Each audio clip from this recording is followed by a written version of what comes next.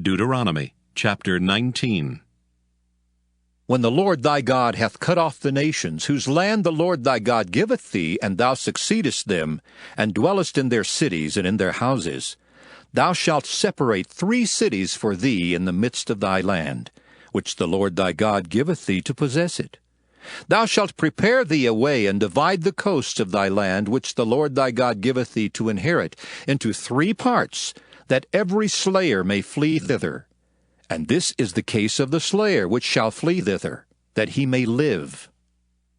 Whoso killeth his neighbor ignorantly, whom he hated not in time past, as when a man goeth into the wood with his neighbor to hew wood, and his hand fetcheth a stroke with the axe to cut down the tree, and the head slippeth from the helve, and lighteth upon his neighbor that he die, he shall flee into one of those cities and live. Lest the avenger of the blood pursue the slayer while his heart is hot, and overtake him, because the way is long, and slay him, whereas he was not worthy of death, inasmuch as he hated him not in time past.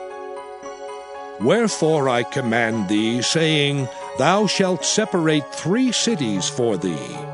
And if the Lord thy God enlarge thy coast, as he hath sworn unto thy fathers, and give thee all the land which he promised to give unto thy fathers, if thou shalt keep all these commandments to do them which I command thee this day, to love the Lord thy God, and to walk ever in his ways, then shalt thou add 3 cities more for thee, beside these 3, that innocent blood be not shed in thy land, which the Lord thy God giveth thee for an inheritance, and so blood be upon thee.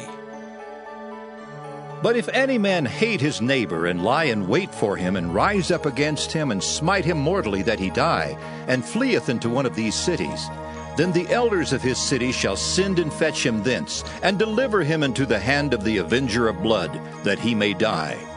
Thine eye shall not pity him, but thou shalt put away the guilt of innocent blood from Israel, that it may go well with thee. Thou shalt not remove thy neighbor's landmark, which they of old time have set in thine inheritance, which thou shalt inherit in the land that the Lord thy God giveth thee to possess it. One witness shall not rise up against a man for any iniquity or for any sin, in any sin that he sinneth. At the mouth of 2 witnesses, or at the mouth of 3 witnesses, shall the matter be established.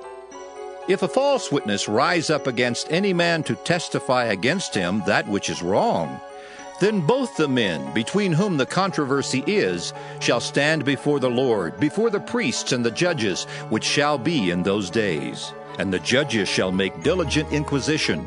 And behold, if the witness be a false witness, and hath testified falsely against his brother, then shall ye do unto him as he thought to have done unto his brother. So shalt thou put the evil away from among you. And those which remain shall hear and fear, and shall henceforth commit no more any such evil among you. And thine eye shall not pity, but life shall go for life, eye for eye, tooth for tooth, hand for hand, foot for foot. Deuteronomy chapter 20. When thou goest out to battle against thine enemies, and seest horses and chariots, and a people more than thou, be not afraid of them.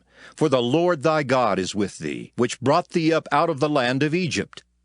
And it shall be, when ye are come nigh unto the battle, that the priest shall approach and speak unto the people, and shall say unto them, Hear, O Israel, ye approach this day unto battle against your enemies. Let not your hearts faint, fear not, and do not tremble, neither be ye terrified because of them. For the Lord your God is he that goeth with you, to fight for you against your enemies, to save you. And the officers shall speak unto the people, saying, What man is there that hath built a new house, and hath not dedicated it? Let him go, and return to his house, lest he die in the battle, and another man dedicate it.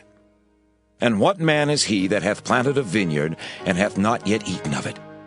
Let him also go and return unto his house, lest he die in the battle, and another man eat of it. And what man is there that hath betrothed a wife, and hath not taken her? Let him go and return unto his house, lest he die in the battle, and another man take her. And the officers shall speak further unto the people, and they shall say, What man is there that is fearful and faint-hearted? Let him go, and return unto his house, lest his brethren's heart faint as well as his heart. And it shall be, when the officers have made an end of speaking unto the people, that they shall make captains of the armies to lead the people. When thou comest nigh unto a city to fight against it, then proclaim peace unto it. And it shall be, if it make thee answer of peace, and open unto thee, then it shall be that all the people that is found therein shall be tributaries unto thee, and they shall serve thee. And if it will make no peace with thee, but will make war against thee, then thou shalt besiege it. And when the Lord thy God hath delivered it into thine hands, thou shalt smite every male thereof with the edge of the sword.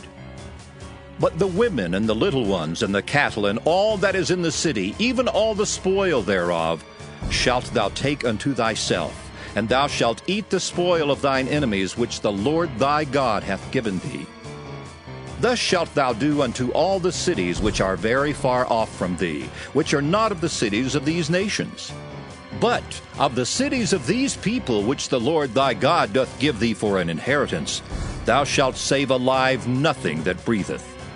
But thou shalt utterly destroy them, namely the Hittites, and the Amorites, the Canaanites, and the Perizzites, the Hivites, and the Jebusites, as the Lord thy God hath commanded thee, that they teach you not to do after all their abominations which they have done unto their gods, so should ye sin against the Lord your God.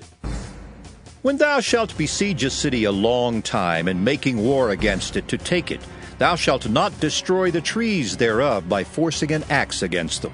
For thou mayest eat of them, and thou shalt not cut them down, for the tree of the field is man's life, to employ them in the siege.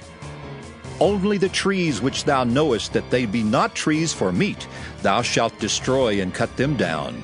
And thou shalt build bulwarks against the city that maketh war with thee until it be subdued.